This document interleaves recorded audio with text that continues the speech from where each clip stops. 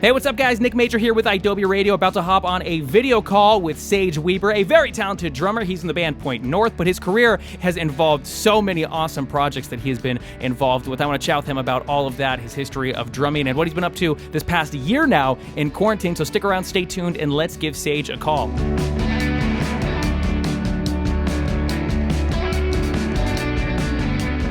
So last time that I would have seen you would have been back at the Chain Reaction. Wow. Yeah, because I remember you were running around with the camera stabilizer, just going crazy and like doing a bunch of stuff.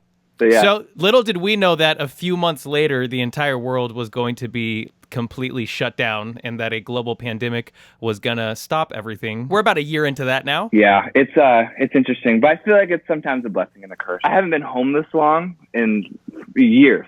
So when it comes to like touring and stuff like that, so I'm just kind of like, I got to catch up on all the things I slacked on, like my health, my mental health, and like, yeah, just the everyday stuff that you kind of put to the side when you tour constantly. So for me to do this, it's like, to have this, it was nice to catch up. But I also miss touring. I miss meeting people. And of course. So while I've seen talking about this pandemic, I guess, then while I've seen a lot of people talking about how it's had a big negative effect on their mental health, has this allowed you to finally, because you're always so busy and on the road and going like nonstop. Yeah. So has this actually given you a chance to maybe focus on some things that you hadn't been able to? Absolutely. It's been like, I don't know. I can honestly say, and this sounds, I don't know if this is going to sound bad, but I don't know where I would be if this didn't happen in my mental health. I feel like I'm 100% like it's the way I go about life and how I view people. And like, I love everyone, you know, I have nothing but all the love and respect for everyone. I think it's like how I view myself though. I have this like newfound appreciation for love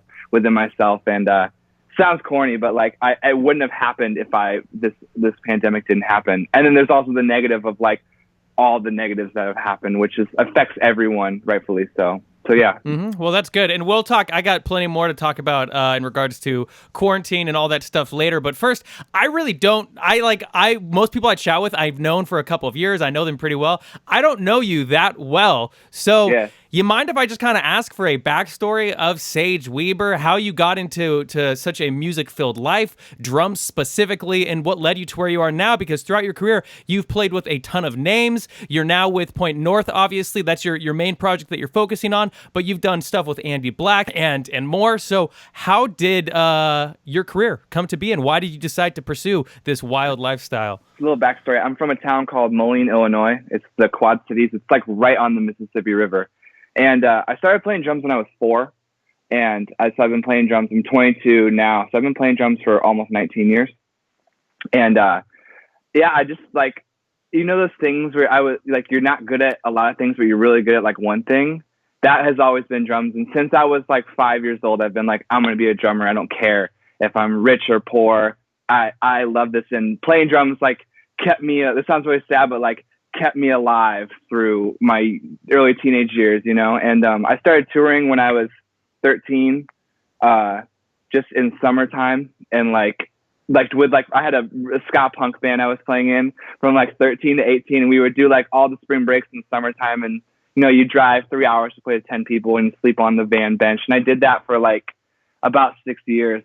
And then I was playing in about like 6 or 7 bands at a time in the Midwest. I remember I graduated high school and I was like, there's more to this. This is my goal and this is my dream. And, so I kind of was like, screw it. So I came here and moved to LA, lived by myself, did the grind. And I basically took the mindset I had when I was in the Midwest of playing in 6 or 7 bands at a time. And I applied it here. And I started working with a bunch of people. I got roped in with a bunch of like doing like YouTubers music videos and working with a couple of Disney kids. And then I had some cool moments where I worked with guys like Ty Dolla $ign and like other than that when I was like 18, 19 years old. Through that session work of like playing in a million bands, I met John from Point North. And then that's how everything started with that. And then like the Andy Black gig was kind of like a word of mouth thing. I had played with so many people, and his manager and him were like, "Hey, do you want to do this?" And then it fell into my lap, and then yes, it's crazy. So it's really been a nonstop grind kind of since your early teenage years. Yeah. Being in a band, it's the worst time once quarantine hit. But of course, that would be a time that you guys would drop a new album, because you guys came out with a brand new vision back in August, I think is when it came Yep. out.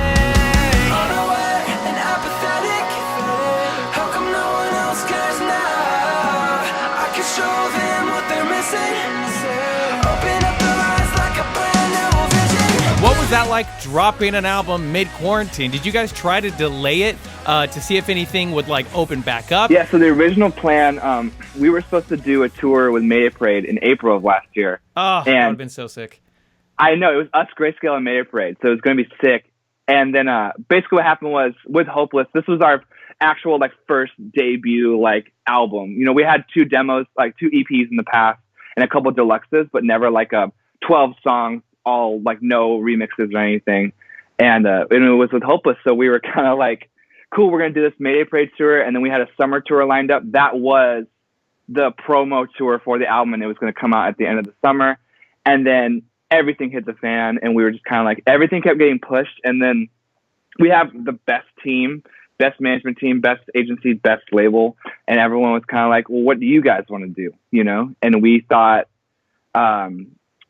like releasing at the time would be the right decision, and kind of figuring out the timeline of releases after to keep the momentum up. And it was gnarly. It was definitely like not like when you think of like putting out your first album like on a sick label. It wasn't that, but it was still really cool because it was something completely different. And yeah, huge shout out to Hopeless for dealing with us during that time, because it's pretty gnarly, man. And but the response was amazing, and like it was better than we could have ever expected, and we're just very thankful it went the way it did. So yeah. That's awesome. And I love everyone over at Hopeless. They're such a sweet, kind label, and I think that's great that you get to be a part of that family as well, because you know how awesome they are. Yeah, totally. They're the best people, and we've since day one have felt like the biggest family with them. So we're very thankful for that as well. So yeah. Mm-hmm. That's good. And I know that during quarantine, I think I saw that your first TikTok was posted in April of last year, unless you had any before that you deleted. But it seems like a lot of us, myself included, got kind of into the TikTok world while this quarantine thing happened. And you're on there now. You've got like over 200,000 followers, almost 3 million likes on there. And you're just doing a lot of drum stuff. So when did you decide to dive into the controversial? Some people hate it. Some people love it. Some people just think it's one thing. I think there's all sorts of fun avenues on it, but talk to me about your TikTok life. So I originally downloaded the app when Point North was on tour with Sleeping with Sirens, and we played in Nashville. And this one of our crew guys had a friend of his who came to the show, and he was like doing well on TikTok, and he was like, you should download it for fun, you know. And we were just like playing golf and having a couple of drinks, you know, whatever. And I was like, for sure, I'll download it. And I downloaded it, and I didn't touch it. And then when quarantine hit, I was like, cool, I'm going to do this TikTok thing. And I didn't really have a place to play drums, so I was just kind of doing random videos. Did it in April, and then I was like, okay, cool, and I kind of grew out of it. And then the drum stuff has been serious since like about September, October. I was at a friend's house, and this guy came over, and he had like 3 million on TikTok or something like that. He was like one of those those dancer dudes, you know, whatever. But he was the TikTok boy, whatever. And he came up to me. He was like, he had seen like my drum videos kind of circulating around like Instagram or Twitter or whatever, and he was like, dude, you're really talented. Like if you just he was like, trust me, like if you put all your eggs in a basket and do multiple drum videos a day and actually focus on this, he's like, I think it could do really well. And then I did that for about a month. And then the first month I had like 25,000 followers, and I was getting like 50,000 views a video. And then they started getting bigger. And then I've kind of kept at it. And then I kind of had this moment, not to ramble, but like I had this moment in like November, December, where I kind of was burnt. I was just burnt out with like playing drums, and I felt like I had exhausted everything, and I was like, every time I'm like, maybe I should try different avenues of life, it always refers back to, no, you need to you're a drummer, you know, like, and I started doing it again, and I found this newfound passion, and then it just, within the last 2 months, it just, you know, exploded. So I think the last time I talked to you before this call, I've gone up like 30,000 followers. Oh wow, not to brag or anything. No, I'm just kidding. But that's awesome because yeah. no, because and you post a lot of one thing that I found about TikTok that I think is so cool is I feel like it's kind of breathing new life into the emo alternative Warped Tour music world because there's old songs from back in the day that a lot of those kids don't know that are just blowing up on there, and a lot of the stuff you play is bringing some of those classic tracks and doing like 1 minute recaps of the album. Enema of the State in under 1 minute.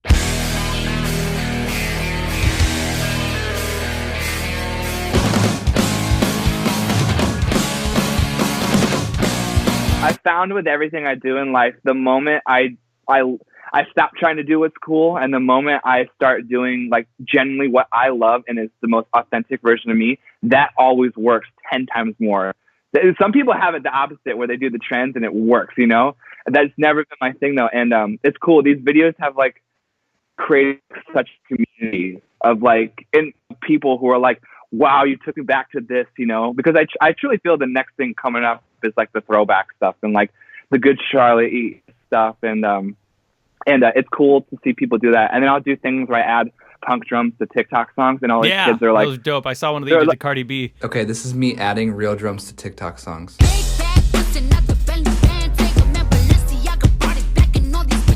Yeah, and they're like, whoa, this is insane. Like I didn't know you could do this. So it's cool to like bring in the new audience, and I just want to show people that like there's so much more to this, you know. And so yeah, that's good. I'm glad that it's popped off for you, because that's just a fun avenue and outlet for you to kind of spend some time doing in this downtime, because again, we're like a year into this damn quarantine thing. Yeah, it's gnarly for sure.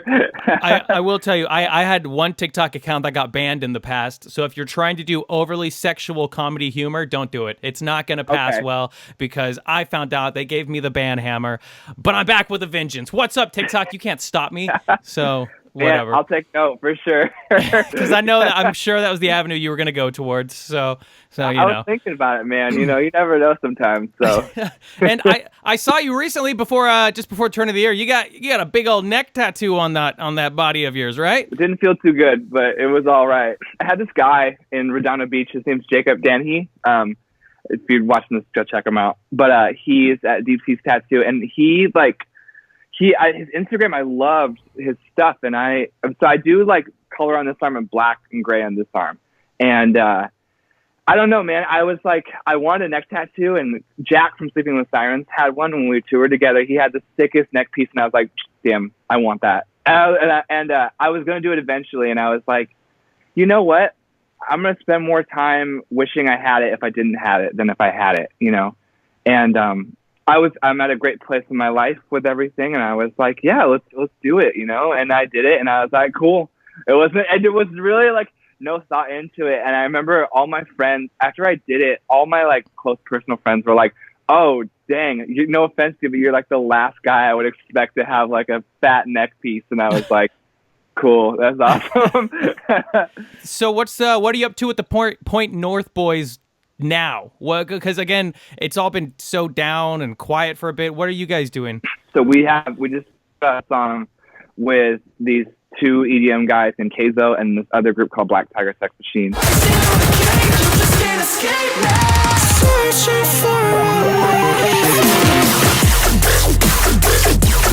And the song is doing crazy. It was like a remix that we did with them, and then I can't say much, but like we're in the release schedule phase for a bunch of things coming out, and like there's so much new music about to come out, and yeah, it's very exciting, very cool, and we have so many like insane plans, and that it's like it's hard not to talk about because there's like so many awesome things lined up, but like a bunch of cool songs that we're doing, really cool collabs that we have lined up, and yeah, it's like it's in full force. I feel like now too with Point North, because I joined Point North when I was like 19, and it's now Point North is such a beast.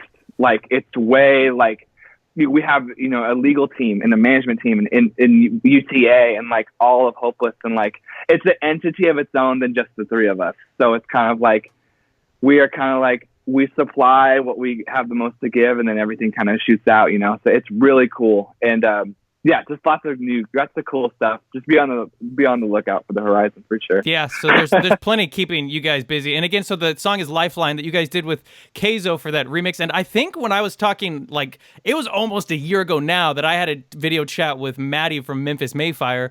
And I think that he did a song with them as well that came out right around that time as well. And that's what I love about Keizo is he works with a lot of artists in this scene and does really dope remixes and songs that you typically wouldn't hear those artists a part of. Dude, Hayden is the best. He is. I have nothing but praise for that guy. He grinds so hard and is so good at what he does. I was talking to him and I was like, "How long have you been doing music for?" Because he's massive, and he's like, "Really, only like 4 years." And I was like, "Dude, come on, get out of here!" Like, I shouldn't say it was around that mark though, where it was like under the double digits, and I was like, "Dude, are you kidding me right now? Like, you're doing like all these massive festivals, and like you're awesome. I love him, dude. When you're talented and when you hustle, like, you never know what can happen. So stuff can happen. Yeah. So what else have you been up to in quarantine in this downtime, apart from the drums, Point North? Anything else exciting that you're doing just to keep yourself busy? I've gotten back into an insane daily routine, man. It's like really gnarly. So I get up every morning and I record 5 or 6 drum videos immediately. Oh, wow. I'll get up at 7. I'll wake up at 7, get up at 7:30, and then I'll go immediately down to my studio, record. I have the videos set up, so I'll shoot and edit 5 or 6 videos, draft them on TikTok so I can post it, my first one by 11. And then I go run 3 miles, and then I do a whole entire like full body workout routine. And then I'm done like around 3. And then at night, I've just been doing session work, man. And it's cool because I've had recently a lot of like pinch me moment bands that I'm working with that will all come out soon. So I feel like the working out is like training for these albums that I'm doing and like training for these songs and these artists, these massive artists that I'm working with. And it's really cool, man. I found my routine, you know, so and then quarantine definitely helped that for sure. Yeah, and I'm sure that's what's awesome too is you might typically be on the road right now, but this downtime is maybe giving you a chance to collab with other artists or to reach out and connect with people that you could have completely just missed if you were on the road and stuff. So that's awesome. Yeah, it's cool, man. It's like it's where I live. Like you like walk down the street and you see Cody from Set It Off at the gym, you know, or something like, and we all kind of live in this little bubble. So it's really cool. So it's like back before quarantine was happening, I would see them all the time, and now it's like trying to kind of find my own way by myself, you know. And it's cool. It's cool now, but like, yeah, my main thing now is like playing drums on people's tracks. Like I play drums on this. I don't know when this is gonna come out, but tonight there's this guy named Garzi that I played on, and he's like a super sick artist. And I played drums on his song, and it's coming out tonight, you know. And so yeah, just a bunch of stuff. Like it's really cool, man. Oh, sick! And his song is coming out as we're talking. It's coming out tonight. Yeah, it'll be out like 12 Eastern Standard Time, 9 Pacific Standard Time. Yeah. What's that song called? Because I may as well cut to a clip of it then, maybe, right? just. The song is called Paranoia.